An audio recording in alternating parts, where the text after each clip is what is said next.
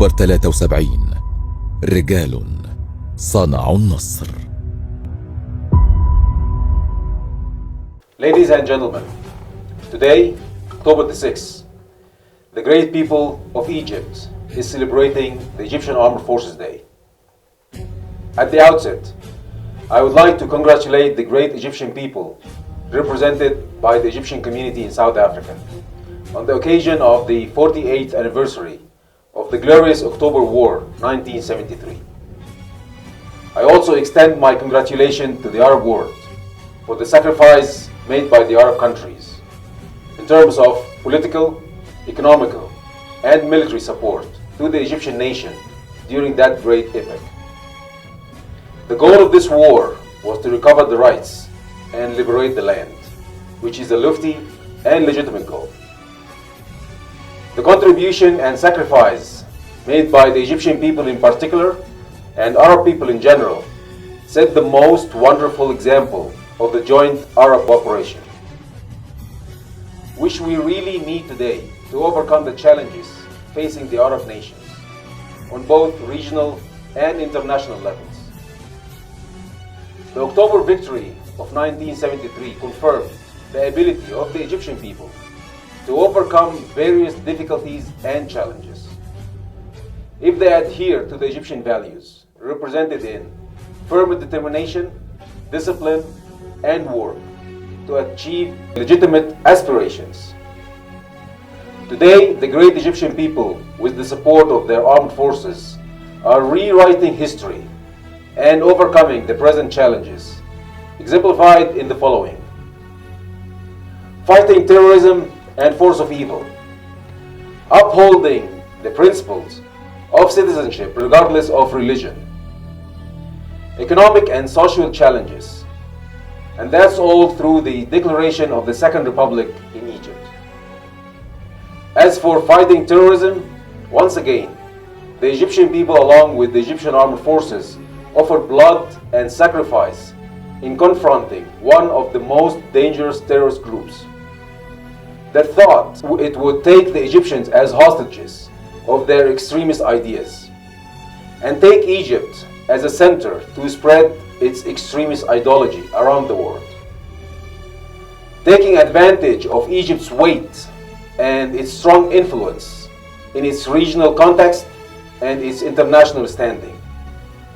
However, the Egyptian people rose up and gathered around their armed forces and fought with all their might to get rid of the clutches of that criminal terrorist group, which did not distinguish between man or woman, Muslim or Christian, as it was killing everyone if they disagreed with their ideology.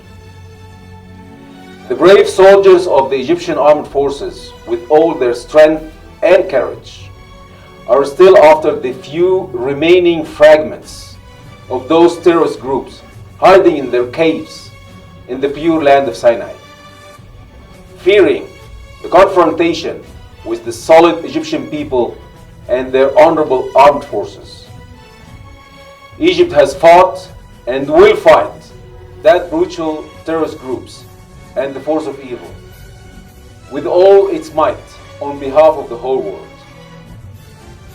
Greeting to those young men and women among the Egyptian people and the Egyptian armed forces who sacrificed their lives so the Egyptians could enjoy peace and safety on the pure land of Egypt.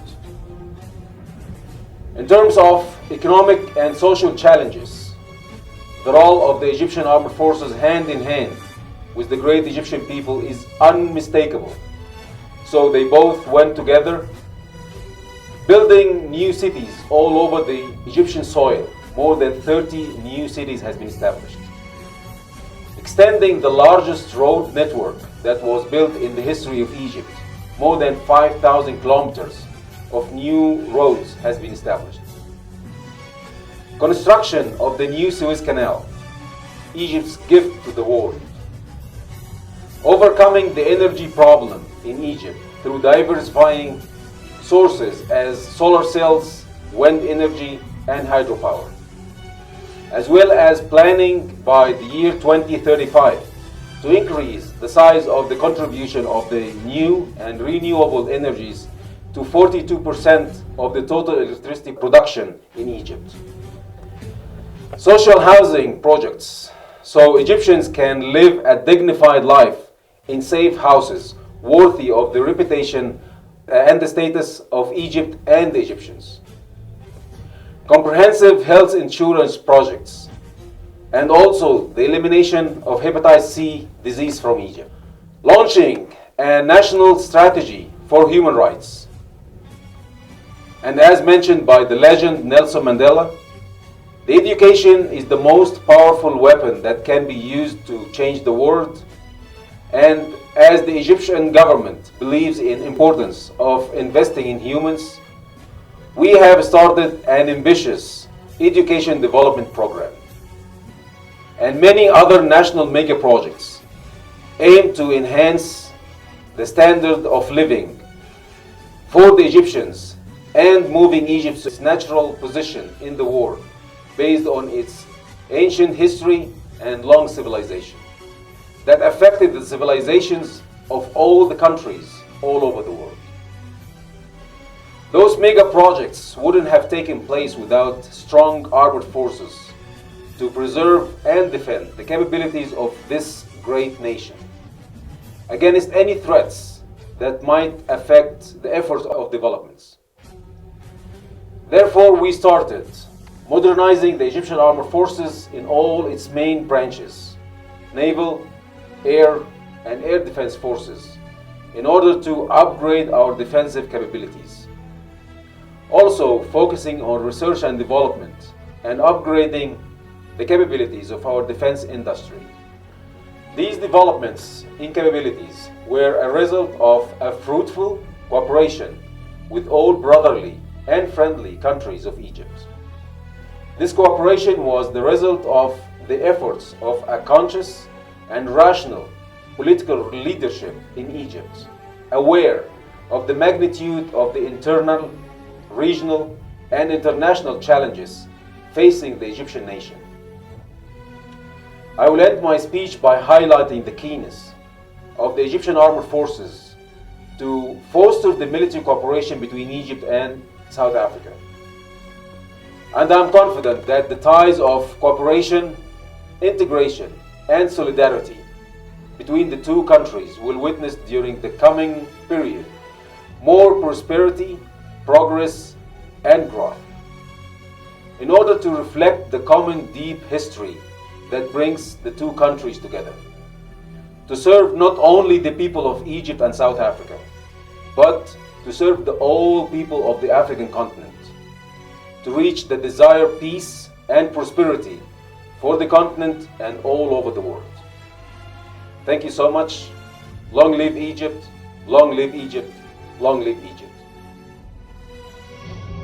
إن هذا الوطن يستطيع أن يطمئن ويأمن بعد خوف أنه قد أصبح له درع وسيف.